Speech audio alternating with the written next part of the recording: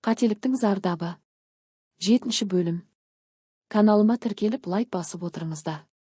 Алатына аз ғана жалақы, онысы не телефонның қарызына, не үйдің пәтер ақысына жетпеді. Ақшаны қалай жеткізерін білмей, исламға хабарласты. Ұсынысын қабыл алып, тек қол ұшын тигізбеуге уәдесін алды. Солай ислам мен ару отбасылық жатақханаға орналасты. Екеуміз жас отбасымыз, әзірге баламыз жоқ деп алдап кіріп алды. Басында барлығы жақсы болды, ислам берген уәдесінде тұрып жүрді. Бірақ соңынан аруды өз дегеніне көндірді. Қалай өздерінің жақындасып қойғанын білмеді. Екінші күні тағы қайталанды. Бірақ сол жағдайдан кейін ару исламға ренжіп, мені тек сол үшін ғана пайдаланып жүр екенсің, уәдеңде тұрмадың деп қатты ашуланды. Ислам кешірім сұрап, енді қайталамаймын, берген уәдемде тұрамын деп сөз берді. Солай екеуі өзара түсінісіп бір ай жақсы тұрды. Бірақ бір күні ислам кішкене ішіп келіп қайта уәдесін бұзып алды.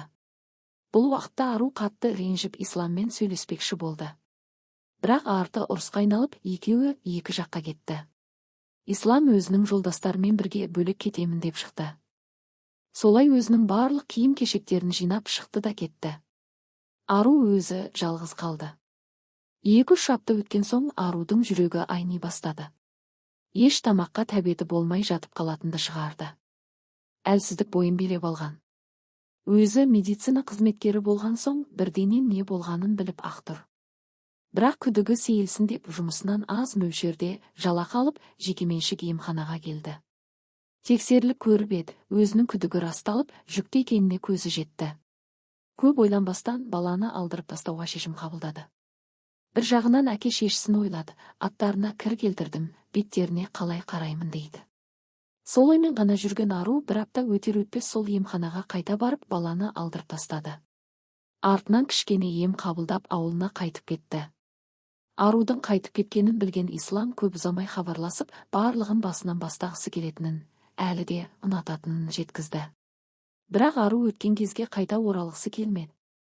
Исламға аяғы ауыр болғанын, баланы алдырып тастағанын, қиналғанын бәрін түгелімен айтты. Енді екеумізді байланыстыратын ештеңе жоқ, сондықтан өткенді ұмытып, жаңа өмір бастаймын деп исламнан бас тартты. Қазір ару өткенін еске алып күрсініп алады. Бір ғана қателік жаста болса, өмірінің біраз бөлігін құртқанына. Ренжулі.